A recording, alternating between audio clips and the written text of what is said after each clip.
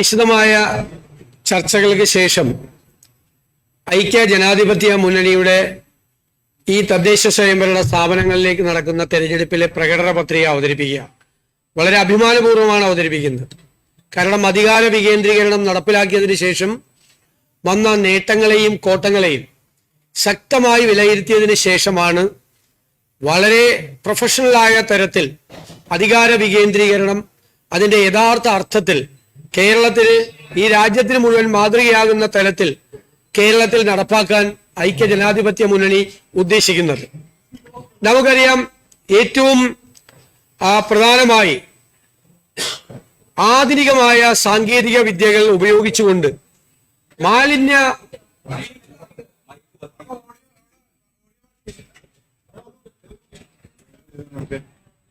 സാധാരണ ഒരു ബൈക്കിലൂടെ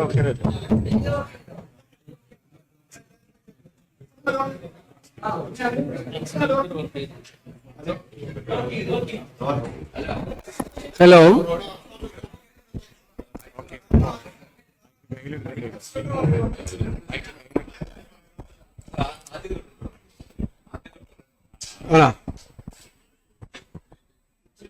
വിശദമായ പഠനങ്ങൾക്കും ചർച്ചകൾക്കും ശേഷമാണ് ഐക്യ ജനാധിപത്യ മുന്നണി 2025 തദ്ദേശ സ്വയംഭരണ സ്ഥാപനങ്ങളിലേക്കുള്ള തെരഞ്ഞെടുപ്പിന്റെ പ്രകടന പത്രിക അവതരിപ്പിക്കുന്നത്.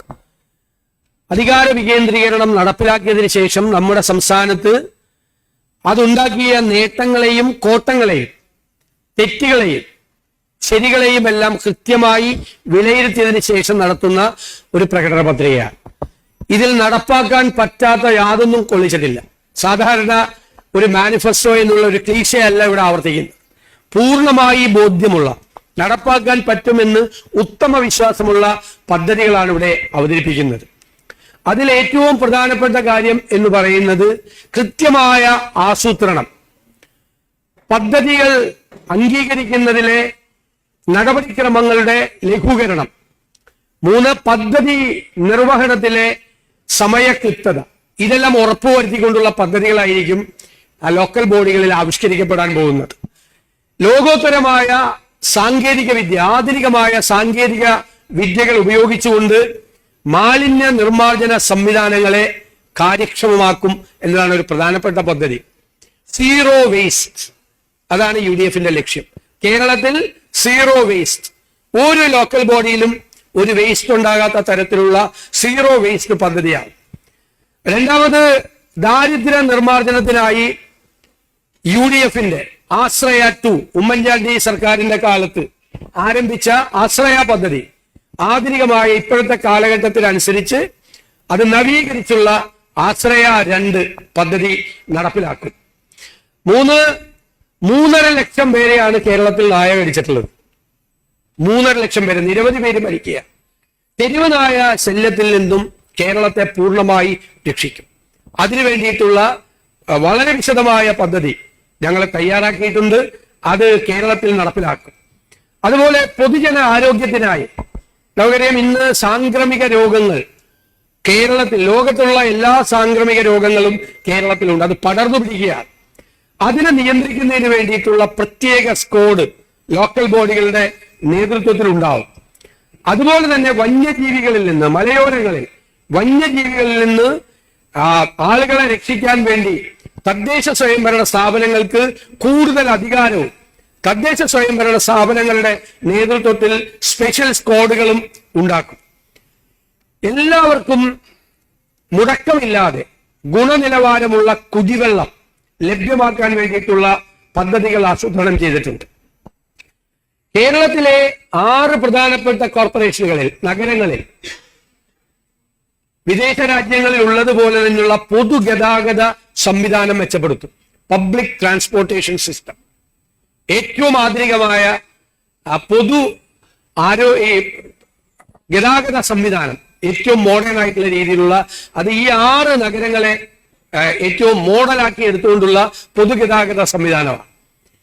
അതോടൊപ്പം തന്നെ ഗ്രാമീണ റോഡുകൾ ഗുണനിലവാരമുള്ളതാക്കി മാറ്റാൻ വേണ്ടിയിട്ടുള്ള ഗ്രാമീണ റോഡ് പദ്ധതി പ്രത്യേകമായിട്ട് നടപ്പിലാക്കും.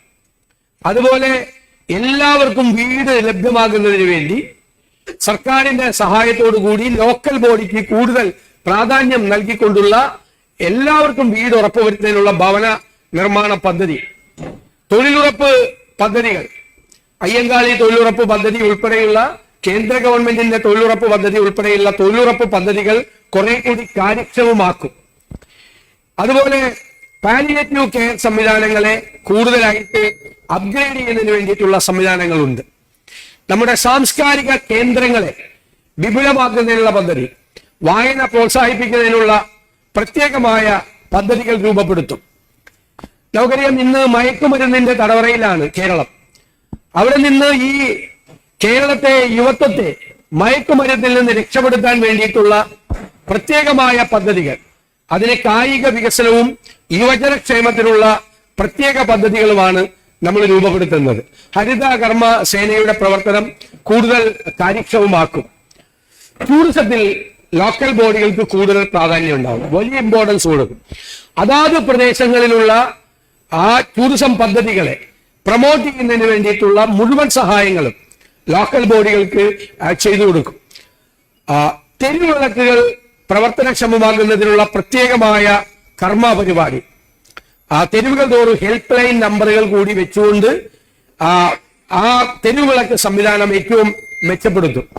പിന്നെയുള്ളൊരു നല്ല പദ്ധതി, വിദേശ രാജ്യങ്ങളിലെ ആധുനികമായ വിദേശ രാജ്യങ്ങളിൽ ചെയ്യുന്നത് പോലെയുള്ള ആധുനികമായ മാർക്കറ്റ്, എല്ലാ ഗ്രാമങ്ങളിലെയും നഗരങ്ങളിലെയും മാർക്കറ്റുകൾ മുഴുവൻ ആധുനികവൽക്കരിക്കും.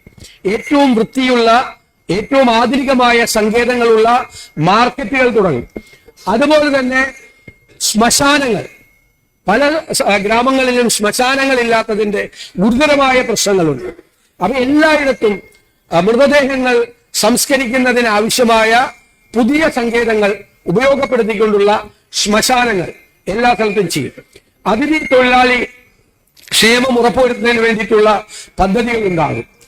പൊതു ഇടങ്ങളിൽ, നമ്മൾ കേരളത്തിൽ ഒരുപാട് ടൂറിസ്റ്റുകൾ വരുന്ന സംസ്ഥാനമാണ്. പൊതു ഇടങ്ങളിലെ കംഫർട്ട് സ്റ്റേഷനുകൾ, അത് സ്ത്രീകൾക്ക് പ്രത്യേകമായത് ഉൾപ്പെടെയുള്ള കംഫർട്ട് സ്റ്റേഷനുകൾ സംസ്ഥാനത്തുടനീളം ഉണ്ടാകും. ദുരന്ത നിവാരണത്തിന് കൂടുതൽ അധികാരങ്ങൾ ലോക്കൽ ബോഡികൾക്ക് നൽകും. അതുപോലെ ഈ ഫണ്ട് വിനിയോഗം, നമുക്കറിയാം, കഴിഞ്ഞ 5 വർഷമായി നടക്കുന്ന കാര്യങ്ങളെല്ലാം ഞങ്ങൾ പരിശോധിച്ചപ്പോൾ തദ്ദേശ സ്വയംഭരണ സ്ഥാപനങ്ങളുടെ കഴുത്ത് ഞെരിച്ച് കൊല്ലുന്ന രീതിയിലുള്ള അലോക്കേഷൻസ് ആണ് നടന്നിട്ടുള്ളത്. കാരണം പണം കൊടുക്കും, പണം കൊടുത്തിട്ട് അതിന്റെ പിറ്റേ ദിവസം ട്രഷറി നിരോധനം ഏർപ്പെടുത്തും, അല്ലെങ്കിൽ പണം കൊടുക്കുന്നതിന്റെ തലേ ദിവസം ട്രഷറി പൂട്ടും. കഴിഞ്ഞ പ്രാവശ്യം മാർച്ച് 23-ന് മൂന്നാമത്തെ ഗഡു കൊടുത്തു, മാർച്ച് 22-ന് ട്രഷറി അടച്ചു. അത്തരം സംവിധാനങ്ങളൊന്നും ഇല്ലാതെ തദ്ദേശ സ്വയംഭരണ സ്ഥാപനങ്ങൾക്ക് വികസന ഫണ്ട് എന്ന് പറയുന്നത് അവരുടെ അവകാശമാക്കി മാറ്റും. ബജറ്റിൽ സൂചിപ്പിച്ച പ്ലാൻ ഫണ്ട് പൂർണ്ണമായി നൽകും. ഓരോ വർഷവും ആ ഫണ്ട് വിഹിതത്തിൽ 10% വർധനവ് ഉറപ്പുവരുത്തും. അതുപോലെ തന്നെ 100 തൊഴിൽ ദിനങ്ങൾ, അയ്യങ്കാളി തൊഴിലുറപ്പ് പദ്ധതിയിലും മഹാത്മാഗാന്ധി തൊഴിലുറപ്പ് പദ്ധതിയിലും 100 തൊഴിൽ ദിനങ്ങൾ ഉറപ്പുവരുത്തും. കുടുംബശ്രീയുടെ പ്രവർത്തനം കാര്യക്ഷമമാക്കുന്നതിന് വേണ്ടിയിട്ടുള്ള ഏറ്റവും പുതിയ പദ്ധതികളാണ് ആവിഷ്കരിക്കാൻ പോകുന്നത്. ആ കുടുംബശ്രീ പദ്ധതികൾ സ്ത്രീകൾക്ക് അവർക്ക് സ്വയം പര്യാപ്തത കൈവരിക്കുന്നതിന്, വരുമാനത്തിന്റെ കാര്യത്തിൽ കുടുംബത്തിൽ ആരെയും ആശ്രയിക്കാതെ സ്വയം പര്യാപ്തത കൈവരിക്കുന്നതിന് സ്ത്രീകൾക്ക് വേണ്ടിയിട്ടുള്ള പ്രത്യേകമായ പദ്ധതിയാണ്. ഈ പഞ്ചായത്തിന്റെ പ്ലാനിൽ പ്രത്യേക ഘടക പദ്ധതിയാണ് സ്ത്രീകൾക്കുള്ളത്. 13% ഫണ്ട് അതിനുവേണ്ടി മാറ്റിവെക്കാൻ ഉള്ള തീരുമാനമാണ്. 13% സ്ത്രീകൾക്കുള്ള പ്രത്യേക ഫണ്ട്. യുവാക്കൾക്കുള്ള പ്രത്യേകമായ ഘടക പദ്ധതി, അതിന് 5% ഫണ്ട് പ്രത്യേകമായി നീക്കിവെക്കുന്നതിനുള്ള നടപടികളും സ്വീകരിക്കും. ജനപ്രതിനിധികളെ പരിവർത്തനത്തിന്റെ വക്താക്കളായി, ചേഞ്ചിന്റെ ഏജന്റ്സ് ഓഫ് ചേഞ്ച് ആക്കി ഉയർത്താൻ വേണ്ടിയിട്ടുള്ള പ്രത്യേകമായ ശാക്തീകരണ പരിപാടി, ഈ പദ്ധതികളെല്ലാം ഫലപ്രദമായി സമയബന്ധിതമായി കൃത്യമായ ആസൂത്രണത്തോടു കൂടി നടപ്പാക്കുമെന്ന് ഉറപ്പുവരുത്തുന്നതിന് വേണ്ടിയിട്ടുള്ള പരിപാടികളാണ്. ജനസേവനം ഉറപ്പുവരുത്തുന്നതിന് വേണ്ടിയിട്ടുള്ള സേവാഗ്രാം പദ്ധതികൾ നമുക്ക് എല്ലാ വാർഡുകളിലും ആരംഭിക്കും. ആശാ വർക്കർമാർക്ക് ലോക്കൽ ബോഡികളിൽ നിന്ന് തന്നെ 2000 രൂപയുടെ ഒരു അലവൻസ് പ്രത്യേകമായി വർദ്ധിപ്പിച്ച് കൊടുക്കും. യുവശക്തി നാടിൻ സമ്പത്ത് എന്നുള്ളതാണ് യുവാക്കൾക്ക് വേണ്ടിയിട്ടുള്ള പ്രത്യേകമായിട്ടുള്ള ഘടക പദ്ധതി. വയോജന ക്ഷേമത്തിന് വേണ്ടിയിട്ടുള്ള പ്രത്യേക പരിപാടികൾ ആവിഷ്കരിക്കും. തദ്ദേശ സ്വയംഭരണ സ്ഥാപനങ്ങളുടെ കീഴിലുള്ള മുഴുവൻ ആശുപത്രികളിലും ജെറിയാട്രിക് വാർഡുകൾ ആരംഭിക്കും. എല്ലാ തദ്ദേശ സ്വയംഭരണ സ്ഥാപനങ്ങൾ അവരുടെ നിയന്ത്രണത്തിലുള്ള ആശുപത്രികളിൽ. അതുപോലെ ക്ഷേമ പെൻഷന്റെ മസ്റ്ററിംഗ് അത് 2 വർഷത്തിൽ ഒരിക്കൽ മാത്രമാക്കി മാറ്റും. പട്ടികജാതി പട്ടികവർഗ വികസനം കൂടുതൽ മികവോടെ കൂടുതൽ ശ്രദ്ധയോടുകൂടി നടപ്പാക്കും. ഘടക പദ്ധതി മത്സ്യത്തൊഴിലാളികൾക്ക് വേണ്ടിയിട്ടുള്ള പ്രത്യേകമായ ഘടക പദ്ധതികൾ മത്സ്യത്തൊഴിലാളികളുള്ള ലോക്കൽ ബോഡികളിൽ നടപ്പാക്കും. അതുപോലെ പ്രവാസികൾക്ക് ഉള്ള സംരംഭ പദ്ധതി ലോക്കൽ ബോഡിയുടെ സഹായത്തോടു കൂടി നടപ്പാക്കും. മെന്റൽ ഹെൽത്ത് പ്രൊമോട്ട് ചെയ്യുന്നതിന് വേണ്ടിയിട്ടുള്ള പ്രത്യേക പരിപാടികൾ, ആത്മഹത്യകൾ കുറച്ചു കൊണ്ടുവരുന്നതിന് വേണ്ടി, സാംക്രമിക രോഗങ്ങൾ ഇല്ലാതാക്കുന്നതിന് വേണ്ടിയിട്ടുള്ള വിശദമായ ആരോഗ്യ പദ്ധതിയുടെ ഭാഗമായിട്ടുള്ള ഒരു കമ്പോണന്റ് എന്ന് പറയുന്നത് മെന്റൽ ഹെൽത്ത്, അതിനു വേണ്ടിയിട്ടുള്ള പദ്ധതികളായിരിക്കും. ഞാൻ നേരത്തെ പറഞ്ഞതുപോലെ മയക്കുമരുന്ന് മുക്ത വാർഡുകൾക്ക് വേണ്ടി മയക്കുമരുന്നിൽ നിന്നും യുവതലമുറയെ രക്ഷിക്കാൻ വേണ്ടിയിട്ടുള്ള പ്രത്യേകമായ പദ്ധതികൾ, നൈറ്റ് ലൈഫ് പ്രോത്സാഹിപ്പിക്കുന്നതിന് അത് വളരെ സുരക്ഷിതത്വത്തോടുകൂടി അത്രയും ടൂറിസം മേഖലകളിലെല്ലാം ഉൾപ്പെടെയുള്ള സ്ഥലങ്ങളിൽ മാർക്കറ്റുകളും നൈറ്റ് ലൈഫും പ്രോത്സാഹിപ്പിക്കുന്നതിനുള്ള പദ്ധതികളുണ്ടാകും. പിൻവാതിൽ നിയമനങ്ങൾക്ക് പൂർണ്ണമായ അറുതി വരുത്തും. പിൻവാതിൽ നിയമനങ്ങൾ ഉണ്ടാകാത്ത ഒരു സ്ഥിതി വരും. നേരത്തെ സൂചിപ്പിച്ചതുപോലെ പ്രത്യേകമായ നഗര വികസന നയം പറഞ്ഞു. 6 നഗരങ്ങളിലും എല്ലാ മുനിസിപ്പാലിറ്റികളിലും പ്രത്യേകമായ ഒരു അർബൻ പ്ലാനിംഗ് ഉണ്ടാവും, ഏറ്റവും ആധുനികമായ സംവിധാനങ്ങൾ ഉപയോഗിച്ചുകൊണ്ട്. നേരത്തെ ഇവിടെ പറഞ്ഞതുപോലെയുള്ള ലൊക്കേഷനുകൾ, ഏറ്റവും പ്രധാനപ്പെട്ട ബിസിനസ് കേന്ദ്രങ്ങൾ, അതുപോലെ പബ്ലിക് ട്രാൻസ്പോർട്ടേഷൻ സിസ്റ്റം ഉൾപ്പെടെ നമുക്ക് കടലും കായലും ഒക്കെ ചേർന്ന് കിടക്കുന്ന നഗരങ്ങളായതുകൊണ്ട് റോഡിലൂടെയും ജലഗതാഗതവും മെട്രോ റെയിലും ഉള്ള സ്ഥലങ്ങളിൽ അതെല്ലാം ഇന്റഗ്രേറ്റ് ചെയ്തുകൊണ്ടുള്ള ഏകോപിപ്പിച്ചുകൊണ്ടുള്ള പൊതുഗതാഗത സംവിധാനമാണ് നമ്മൾ ഉദ്ദേശിക്കുന്നത്. അതുപോലെ കാർബൺ ന്യൂട്രലാക്കി തദ്ദേശ സ്വയംഭരണ സ്ഥാപനങ്ങളെ മാറ്റണം. കാരണം ഏറ്റവും കൂടുതൽ പൊല്യൂഷൻ ഉള്ള സ്ഥലങ്ങളിൽ, മലിനീകരണമുള്ള സ്ഥലങ്ങളിൽ, അത് വെള്ളത്തിലാണെങ്കിലും വായുവിലാണെങ്കിലും മലിനീകരണമുള്ള സ്ഥലങ്ങളിൽ പൂർണ്ണമായ മലിനീകരണ നിയന്ത്രണം ഏർപ്പെടുത്തി കാർബൺ ന്യൂട്രലാക്കി ലോക്കൽ ബോഡികളെ മാറ്റാനുള്ള പദ്ധതി. പുഴയൊഴുകാൻ കനിവുണരാൻ എന്ന പേരിലൊരു പദ്ധതി.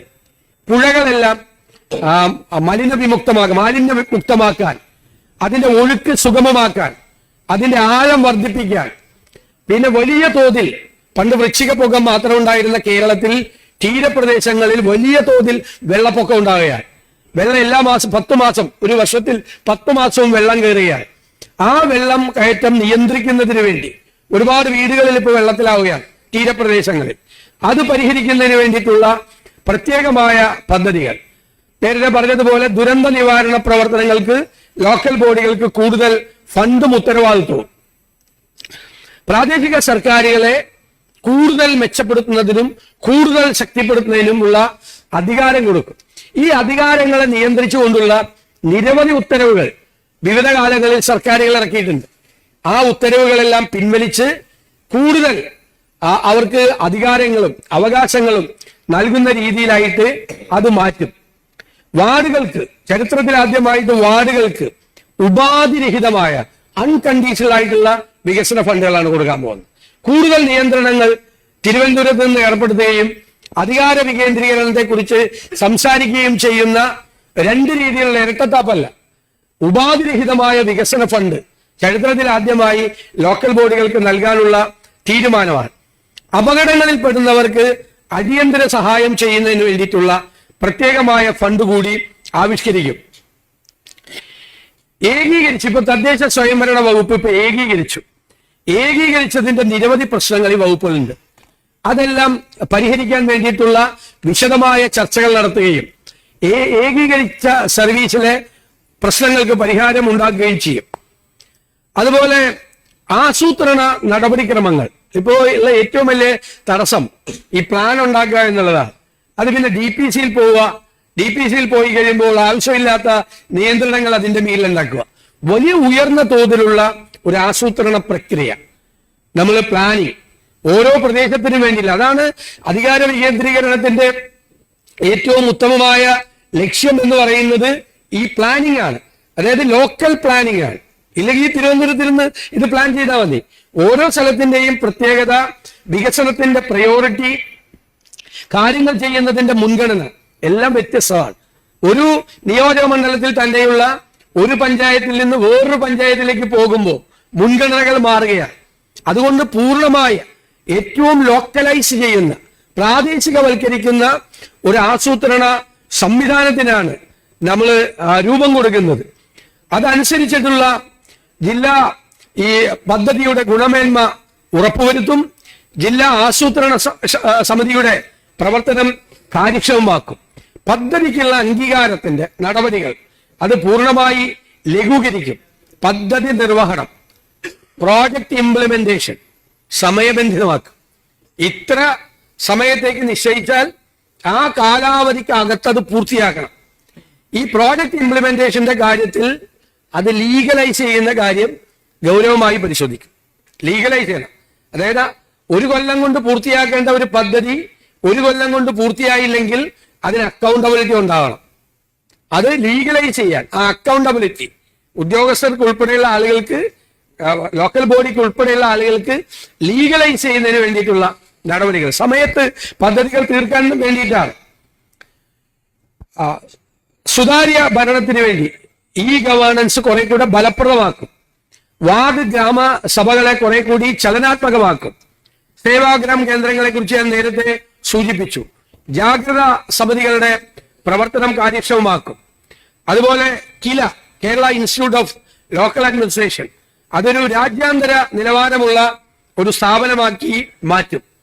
ഇനി നമ്മുടെ ഏറ്റവും വലിയ പരാജയം ഞങ്ങൾ പരിശോധിച്ചപ്പോൾ കണ്ടത് ഫിനാൻഷ്യൽ മാനേജ്മെന്റാണ്, ധനകാര്യ മാനേജ്മെന്റാണ്. ആ ധനകാര്യ മാനേജ്മെന്റുകളെ കൃത്യമായ നിർദ്ദേശങ്ങൾ, കൃത്യമായ കാര്യങ്ങൾ നൽകിക്കൊണ്ട് ആ ധനകാര്യ മാനേജ്മെന്റിനെ ഏറ്റവും കൂടുതൽ കാര്യക്ഷമമാക്കും. നമ്മുടെ നിർബന്ധിതമായ ചില വകയിൽ ഇരുത്തലുകൾ പറയുന്നുണ്ട്, മുകളിൽ നിന്നുള്ള നിയന്ത്രണം, അതിനെ ലഘൂകരിച്ചുകൊണ്ടുവരും. പൂർണ്ണമായി മാറ്റാൻ നമുക്ക് കഴിയില്ല, പക്ഷെ അനാവശ്യമായ നിർബന്ധിത പദ്ധതികൾ ലോക്കൽ ബോഡികളുടെ മീതെ അടിച്ചേൽപ്പിക്കുന്നത് അത് കുറച്ചുകൊണ്ടുവരും. സംസ്ഥാന ആവിഷ്കൃത പദ്ധതികൾ ഉൾപ്പെടെയുള്ള വകുപ്പ് തല പരിപാടികൾ ലോക്കൽ ബോഡികളുമായി ശാസ്ത്രീയമായി സംയോജിപ്പിക്കും. കേന്ദ്രാവിഷ്കൃത പദ്ധതികൾക്ക് ലോക്കൽ ബോഡികൾക്ക് അവർക്കും ഒരു കേന്ദ്ര സ്ഥാനം അക്കാര്യം നൽകും. ഒരുപാട് മിഷനുകളുണ്ട്. ആ മിഷനുകളുടെ പ്രവർത്തനം ലോക്കൽ ബോഡികളുമായി നമ്മൾ യോജിപ്പിക്കും. മൃഗസംരക്ഷണത്തിനും ക്ഷീരവികസനത്തിനും പ്രത്യേകമായിട്ടുള്ള പദ്ധതികൾ ആവിഷ്കരിക്കും. കാരണം ഒരുപാട് സ്ഥലങ്ങളിൽ അതുകൊണ്ടാണ് മനുഷ്യന്റെ ഉപജീവനം.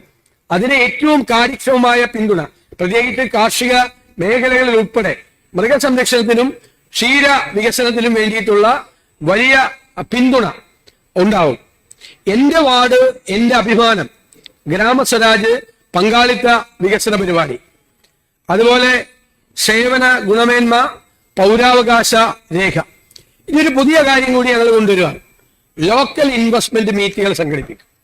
ഓരോ പ്രദേശത്തിന്റെ പ്രത്യേകതകൾ അനുസരിച്ച് അതിന്റെ ഒരു ഭൂമിശാസ്ത്രപരമായ പ്രത്യേകതകൾ, ചരിത്രപരമായ പ്രത്യേകതകൾ, ടൂറിസം സാധ്യതകൾ, വ്യവസായ സാധ്യതകൾ, കാർഷിക മേഖലയിൽ ഉണ്ടാകുന്ന സാധ്യതകൾ, ഇതെല്ലാം പരിഗണിച്ചുകൊണ്ട് ഓരോ പ്രദേശത്തിനും അനുയോജ്യമായ തരത്തിലുള്ള ലോക്കൽ ഇൻവെസ്റ്റ്മെന്റ് മീറ്റുകൾ വലിയ തോതിൽ വിദേശത്തു നിന്നുള്ള ആളുകളെ ഉൾപ്പെടെ കൊണ്ടുവന്നുള്ള ആ മീറ്റുകളാണ് ഒരു വളരെ പ്രധാനപ്പെട്ട പദ്ധതി.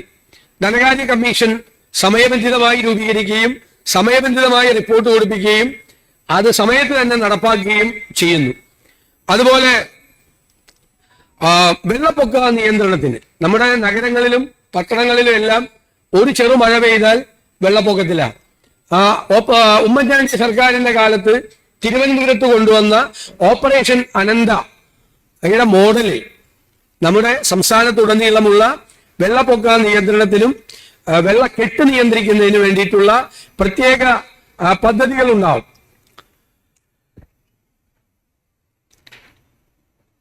അതുപോലെ ബ്ലോക്ക് പഞ്ചായത്തുകളെ ശാക്തീകരിക്കാൻ ഉള്ള പ്രത്യേകമായ പദ്ധതികൾ കൂടി ആവിഷ്കരിക്കും. ഇങ്ങനെ നിരവധി മേഖലകളെ ഞാൻ നേരത്തെ സൂചിപ്പിച്ചതുപോലെ ഇതുവരെ നടപ്പാക്കിയതിലെ പോസിറ്റീവായിട്ടുള്ള ആസ്പെക്ട്സും നെഗറ്റീവായിട്ട് ഉണ്ടായിരിക്കുന്ന കാര്യങ്ങളും പരിശോധിച്ചിട്ടാണ് നമ്മുടെ പ്രവർത്തനങ്ങളെ മികവാർന്ന രീതിയിൽ കൊണ്ടുപോകുന്നതിനുള്ള നിയമപരമായ തടസ്സങ്ങളും പ്രായോഗികമായ തടസ്സങ്ങളും അനാവശ്യമായ നിയന്ത്രണങ്ങളും മുഴുവൻ നീക്കം ചെയ്തുകൊണ്ടുള്ള ഒരു സ്വാതന്ത്ര്യം ലോക്കൽ ബോഡികളുടെ പ്രവർത്തനത്തിൽ ഉണ്ടാക്കുക. പ്ലാനിങ്ങിനും പ്രോജക്റ്റ് ഇംപ്ലിമെന്റേഷനും ആസൂത്രണത്തിനും പദ്ധതി നിർവഹണത്തിനും അതിനെ സമയബന്ധിതമാക്കുകയും അതിനെ കാര്യക്ഷമമാക്കാനും ചെയ്യുന്നതിനുള്ള വൈവിധ്യമാർന്ന പദ്ധതികളാണ്.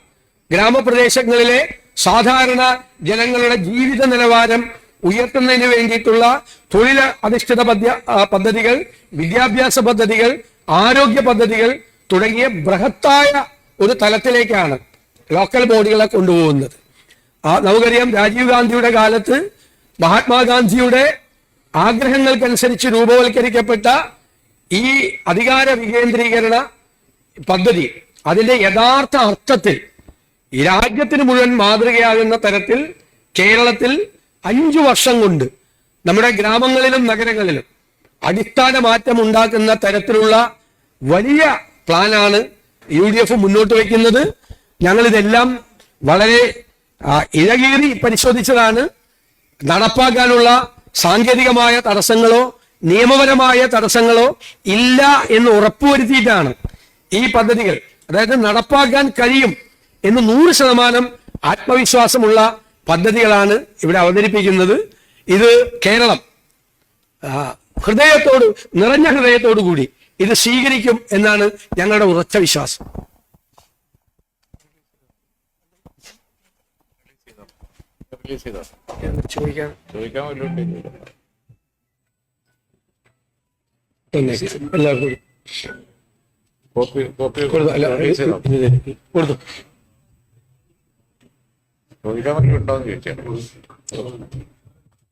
വേറെ എന്തെങ്കിലും ഉണ്ടോ?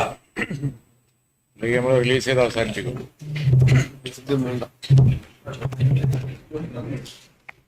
കണ്ടില്ല, കണ്ടു എല്ലാ റിലീസിംഗ് അല്ല, അത്ര ഇത്തരം വേണ്ട. ഡീവിയേറ്റ് ചെയ്ത് പോണ്ട, ഡീവിയേറ്റ് ചെയ്ത് പോണ്ട, നല്ലത്.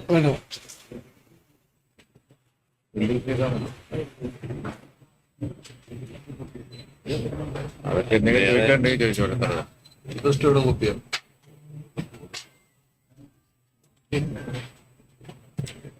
ഓരോരുത്തർക്കും ഓരോന്നാ കൊടുത്തത്. ഇതിന് കൊടുത്താൽ മതി. മാനിഫെസ്റ്റോനോട് അത് മതി, ഇത് വേണ്ട. മാനിഫെസ്റ്റോ കൊടുക്കില്ല, എല്ലാവർക്കും കൊടുക്കില്ല. ഓക്കെ,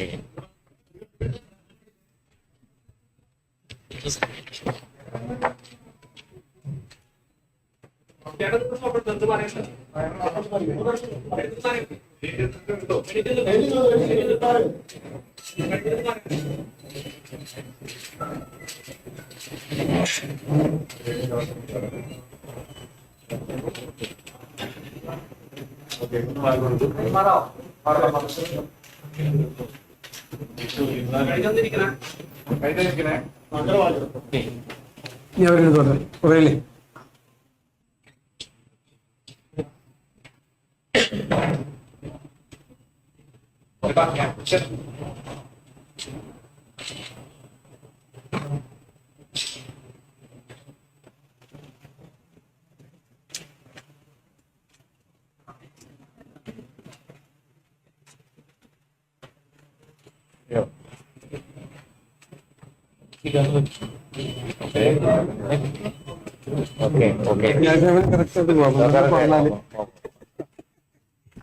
കഴിഞ്ഞല്ലോ.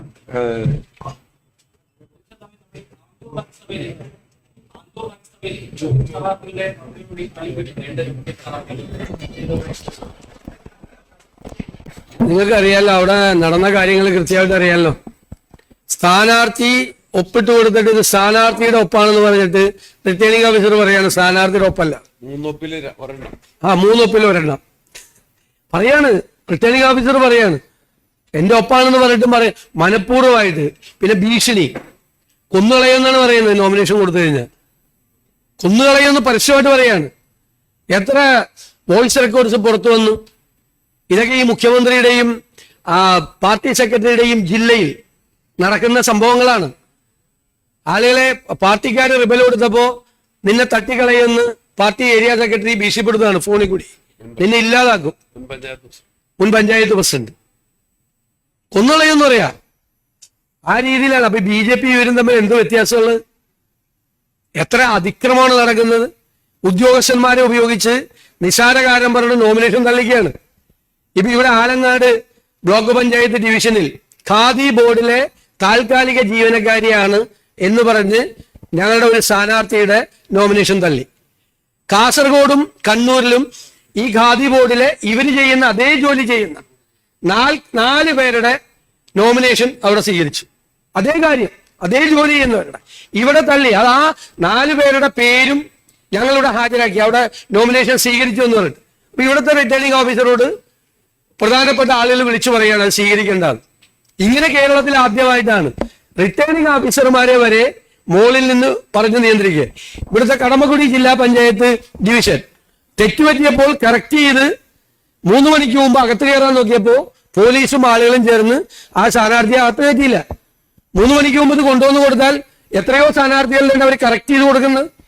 കൊടുത്തപ്പോ കയറ്റിയില്ല, പുറത്തു നിർത്തി. എന്നിട്ട് ആ നോമിനേഷൻ തള്ളി. അല്ല, ഡെമ്മി സ്ഥാനാർത്ഥിയല്ല, അവര് ജില്ലാ പഞ്ചായത്ത് മെമ്പറല്ലേ. ഡെമ്മി സ്ഥാനാർത്ഥികളൊന്നും എത്ര സ്ഥലത്ത് ഡെമ്മി സ്ഥാനാർത്ഥികൾ ഉണ്ടായിരുന്നു? എത്ര സ്ഥലത്ത് ഉണ്ടായിരുന്നു? അവര് നിലവിലുള്ള വൈസ് പ്രസിഡന്റ് അല്ലേ. ഡെമ്മി സ്ഥാനാർത്ഥി എങ്ങും ഉണ്ടായിരുന്നില്ല. വളരെ അപൂർവ സ്ഥലത്ത് മാത്രം ചിലര് ചെയ്തിട്ടില്ല. എന്തെങ്കിലും സംശയമുള്ള സ്ഥലത്ത് മാത്രമേ ചെയ്തിട്ടുള്ളൂ. അവർക്കൊരു ഡെമ്മി സ്ഥാനാർത്ഥി വെക്കേണ്ട ആവശ്യമില്ല. അവര് നിലവിലെ ജില്ലാ പഞ്ചായത്ത് മെമ്പറും ജില്ലാ പഞ്ചായത്തിന്റെ വൈസ് പ്രസിഡന്റുമാണ്. നമ്മൾ എന്തെങ്കിലും സംശയം തോന്നുമ്പോഴാണ് സാധാരണ ഒരു ഡെമ്മി സ്ഥാനാർത്ഥിയെ നിയമപരമായ എന്തെങ്കിലും കാര്യങ്ങളിൽ സംശയമുള്ളപ്പോഴാണ്. അങ്ങനത്തെ ഒരു സംശയത്തിനുള്ള ഒരു കാര്യമില്ലല്ലോ. മനഃപൂർവ്വമായിട്ടാണ് ചെയ്യുന്നത്. അകത്തേക്ക് കയറ്റാതിരിക്കുക. ഞാൻ ഈ പറഞ്ഞതിന് എന്ത് ന്യായീകരണമുണ്ട്? കാസർഗോഡ് കണ്ണൂരും സ്വീകരിക്കുക. ഖാദി ബോർഡിലെ താൽക്കാലിക ജീവനക്കാർക്ക് കിട്ടും മത്സരിക്കുക. ഇവിടെ ആലങ്ങാട് മത്സരിക്കാൻ പറ്റില്ല. എന്തൊരു മര്യാദയാണ്. ഞങ്ങളിതിനെ രാഷ്ട്രീയമായും നിയമപരമായും നേരിടും. കേരളത്തിൽ ഒരു കാലത്തും ഇല്ലാത്ത തരത്തിലാണ് ഉദ്യോഗസ്ഥന്മാരെ വെച്ചുകൊണ്ട് നോമിനേഷൻ തള്ളിക്കണേ. ഇങ്ങനെയാണ് ജയിക്കുന്നത്. ഇങ്ങനെയാണെങ്കിൽ അങ്ങനെ ജയിക്കാൻ പറ്റില്ലല്ലോ കേരളത്തിൽ. എന്ത് ചെയ്താലും ഉജ്ജ്വലമായ വിജയം UDF ഈ തെരഞ്ഞെടുപ്പിൽ നേടുക തന്നെ ചെയ്യും. ഒരു സംശയവും വേണ്ട. വിമതശല്യം CPM-ന്റെ അന്വേഷിക്കും നിങ്ങൾ. കാരണം ചരിത്രത്തിൽ ആദ്യമായിട്ടാണ് CPM-ന് ഈ സംസ്ഥാനത്ത് ഇത്രയും റെബലുകൾ ഉണ്ടാകണം. ഞങ്ങളുടെ സാധാരണയായിരുന്നു പണ്ട്. ഇപ്പൊ ഞങ്ങളുടെ 10-1 കുറഞ്ഞു. ഇപ്പോ ഈ പ്രാവശ്യം 10-1 കുറഞ്ഞു. അത് തന്നെ ഇപ്പോ പരമാവധി അതിൽ ഉള്ളതിലൊരു 60-70% പരിഹരിക്കപ്പെട്ടു കഴിഞ്ഞു. ഇന്നലെ ഇന്നൊക്കെ ആയിട്ട് ഇതൊക്കെ വൈകാരികമായി ചെയ്ത കാര്യങ്ങളാണ്. CPM-ന്റെ തിരുവനന്തപുരം സിറ്റി മുതൽ കാസർഗോഡ് വരെ CPM-ന് ഇത്രമാത്രം റെബൽ ഉണ്ടാകുന്നത് കേരളത്തിന്റെ ചരിത്രത്തിൽ ആദ്യമായിട്ടാണ്.